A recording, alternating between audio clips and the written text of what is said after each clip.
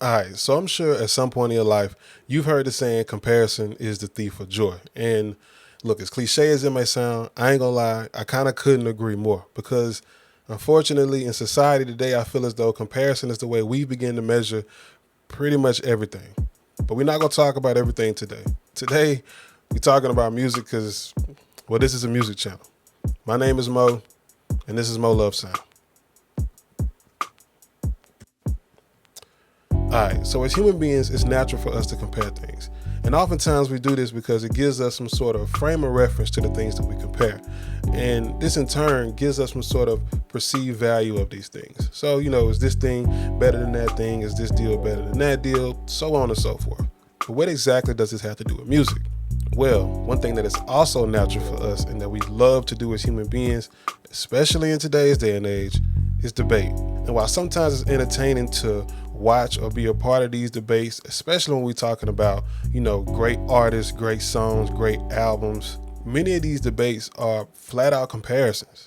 And a lot of times these comparisons either don't make sense or people just use them to diminish one artist or their artist's work. And here lies the problem. Because in my opinion, one of the greatest things about music and really art in general is that it is completely subjective.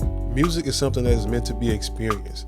It's personal not only for the artist, but the listener as well. And recently, I found myself in the middle of one of these ridiculous comparisons or debates, or whatever you want to call it, and it really just got me to thinking.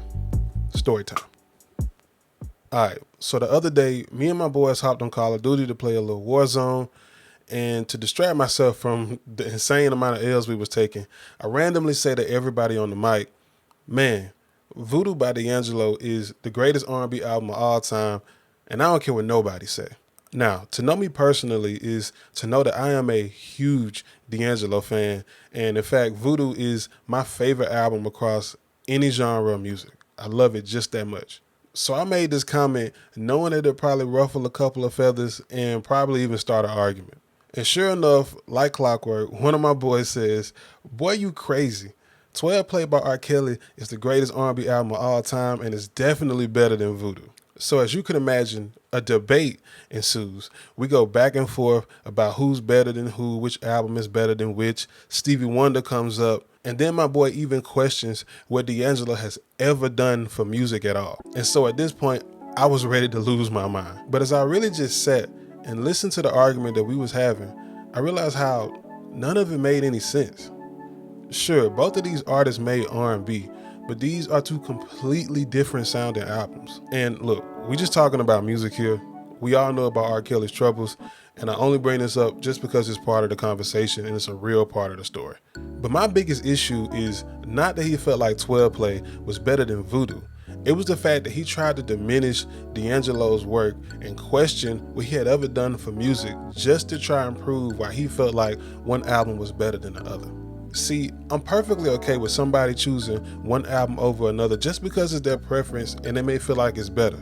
But to try and diminish someone's work just because you like something better than the other is, well, weird. So after my boy makes his comment, I thought to myself, maybe I should go listen to 12 Play and just see if it's really even that good. And here lies the point of this entire video. If you go and listen to an album or a song or watch a movie or try some food just for the sake of comparing it to something else, you completely rob yourself of experiencing that single thing for what it truly is. Because now that you're comparing, there's some made up standards that this one thing now has to meet. Now you're experiencing this thing objectively instead of experiencing it for the sake of enjoyment. Or maybe you dislike it just because it's not your thing, but not because it doesn't meet a bar that you've set and possibly high because you probably already have your preference anyway. And then when you compare things that are completely different or just really don't make any sense, the issue is amplified. The first time I ever heard Voodoo, it wasn't because I was trying to compare it to some other R&B album that I had heard of to see if it was better or not. I listened to Voodoo because I had heard the song Untitled, aka How Does It Feel, and it was a sound that I just loved. Then to find an entire album filled with that sound was an experience that I will never forget. And to think comparison could have stole all of that from me. I may have never loved that album the way that I do, or just deepened my love for music in general just because of that album. Comparing music misses the point because there is no point. If you love a song or an album or an artist, there's hardly anything anybody can tell you that's going to make you really feel any different. Which means even if they somehow were to have a great argument as to why this artist or song or album or whatever is better than the one that you love, you're not going to care anyway because you love it. And that's all that matters, is that you love it. And again, when we compare, we rob ourselves and we rob other people of experiencing this art for themselves and having their own unbiased opinion as to whether or not they like something.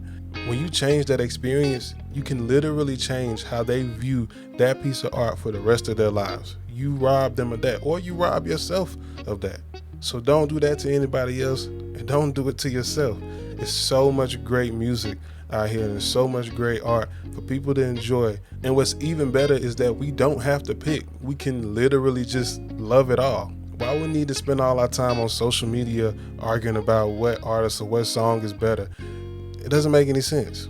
Even comparing artists to themselves doesn't make a ton of sense. We may have our favorite album by any artist, and as they continue to release music and continue to release albums, all we want is for the next album to sound like our favorite one.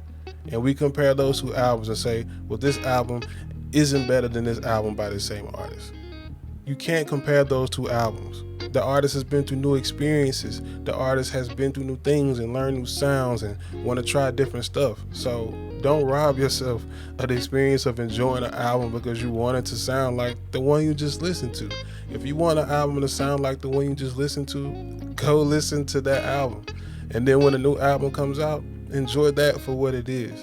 Music is meant to be experienced. Don't rob yourself of experiencing something new or experience something that can be life-changing, or experiencing something that you might not like just because you don't like it, all for the sake of comparison. But yeah, that's all I got today.